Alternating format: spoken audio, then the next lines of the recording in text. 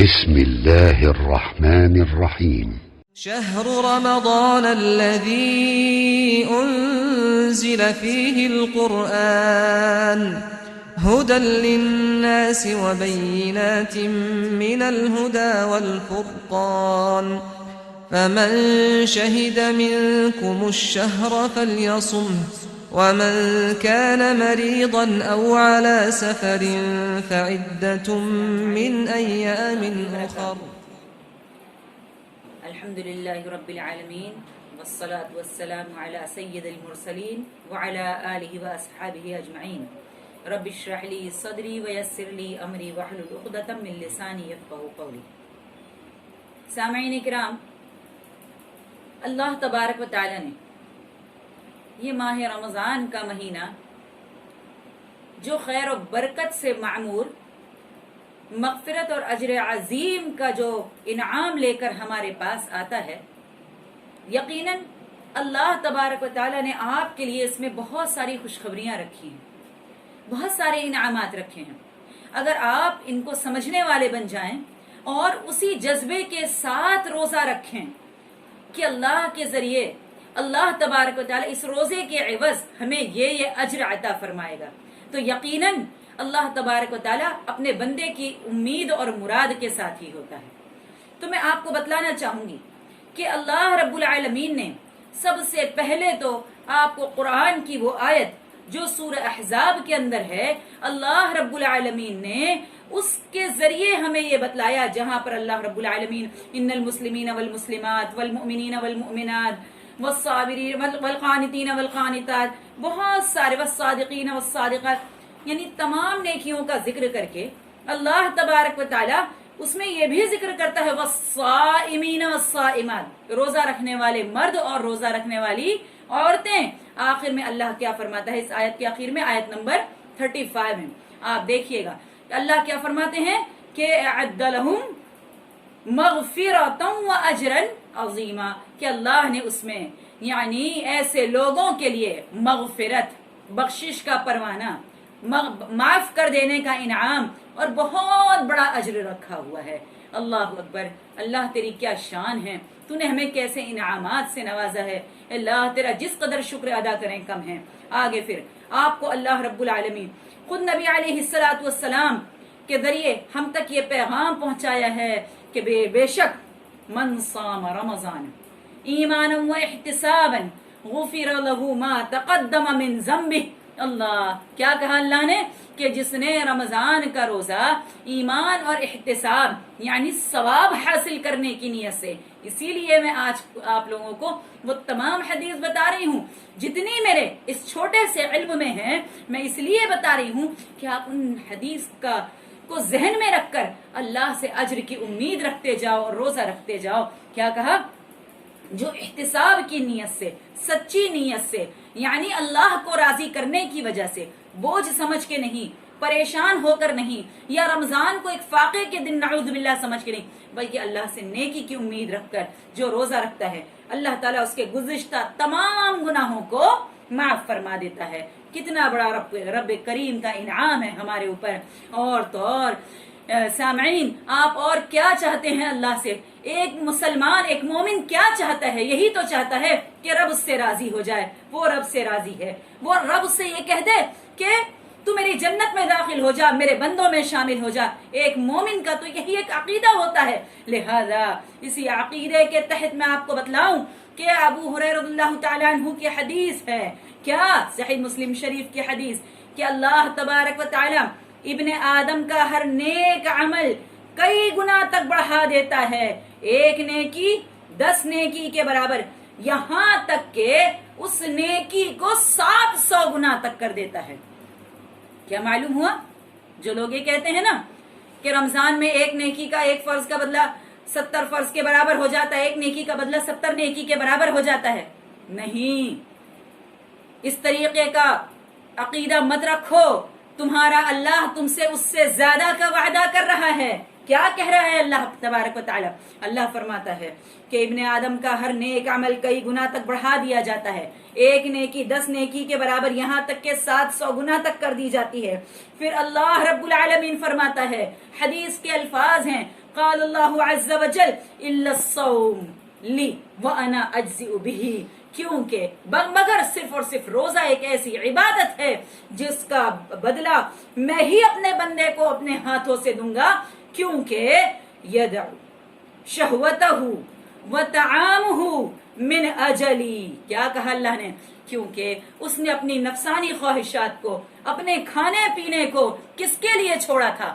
میرے لیے چھوڑا تھا۔ تم چھپ کے کھا لیتے نا، کوئی تمہیں دیکھنے نہیں آ رہا تھا، تم چھپ چھپ کے پانی پی لیتے، وضو کرتے وقت ایک گھونٹ پانی منہ میں ڈال لیتے، کوئی نہیں دیکھتا، لیکن تم نے اللہ کے خوف سے نہیں پیا، اللہ کے خوف سے نہیں کھایا۔ تو اللہ کہتا ہے الا الصوم لی وانا اجزئ بہ، کہ روزہ جو صرف میرے لیے ہے اور میں ہی اس کا بدلہ دوں گا۔ لہذا اسی لیے نبی علیہ الصلوۃ والسلام نے فرمایا کہ روزے دار کے لیے دو خوشخبریاں ہیں۔ ایک خوشخبری کیا؟ جب وہ افطار کے وقت بیٹھتا ہے دسترخوان پر، یقیناً رب اس وقت بہت رحیم ہوتا ہے، بہت کریم ہوتا ہے، اپنے بندے کے اوپر اس کو بہت زیادہ پیار آ رہا ہوتا ہے۔ اور پھر دوسرا کب؟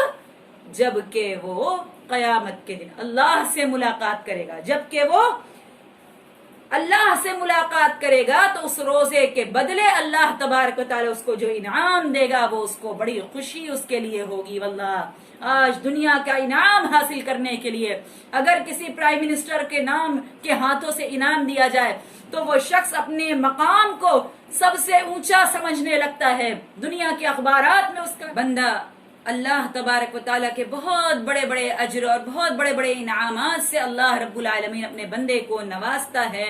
ایک چھوٹی چھوٹی سی نیکی، ہم تو روزے کو کوئی یعنی سمجھتے ہیں کہ بس روزہ ہی رکھنا ہے، اللہ کو راضی ہی تو کرنا ہے، لیکن آپ یہ سوچ کر رکھیں کہ اللہ کیا اس کا انعام کیا ہے۔ اسی طریقے سے ابو ہریرہ رضی اللہ تعالیٰ عنہ کی اس حدیث پر غور کریے کہ ابو ہریرہ رضی اللہ تعالیٰ عنہ فرماتے ہیں کہ اللہ کے رسول صلی اللہ علیہ وسلم صحابہ کرام کی محفل میں بیٹھے ہوئے اور آپ لوگوں کو یہ نصیحت کر رہے، یہ حکم بتا رہے، یہ آپ لوگوں کو یہ حدیث سنا رہے، کیا کہ جو شخص اللہ کے راستے میں جوڑے جوڑے خرچ کرتا ہے، جوڑے جوڑے معنی 2 بکریاں 2 اونٹ، اسی طریقے سے جوڑے جوڑے جو شخص اللہ کی راہ میں خرچ کرتا ہے تو اللہ تبارک و تعالی جنت میں اس کے لیے ایک دروازہ بناتا ہے، اور قیامت کے دن اللہ تبارک و تعالی اس شخص کو آواز لگائے گا کہ اے میرے بندے تو اس دروازے سے داخل ہو جا، یعنی اللہ کی راہ میں خرچ کرنے کا کتنا بڑا اجر ہے کہ اے میرے بندے تو اس دروازے سے داخل ہو جا۔ آگے حدیث میں نبی علیہ الصلوۃ والسلام فرمایا کہ روزے دار کو کہ نمازی کو باب الصلاۃ سے پکارا جائے گا، صدقہ کرنے والے کو باب الصدقہ سے پکارا جائے گا، مجاہد کو باب الجہاد سے پکارا جائے گا، اور روزے دار کے لیے جو دروازہ سجایا گیا، جو تیار کیا گیا ہے، اس کو وہ نام ہے باب الریان، باب الریان سے پکارا جائے گا۔ اللہ کے رسول صلی اللہ علیہ وسلم جب اس حدیث کو بیان فرما رہے تھے، ابو بکر صدیق رضی اللہ تعالیٰ عنہ اس محفل کے اندر موجود تھے۔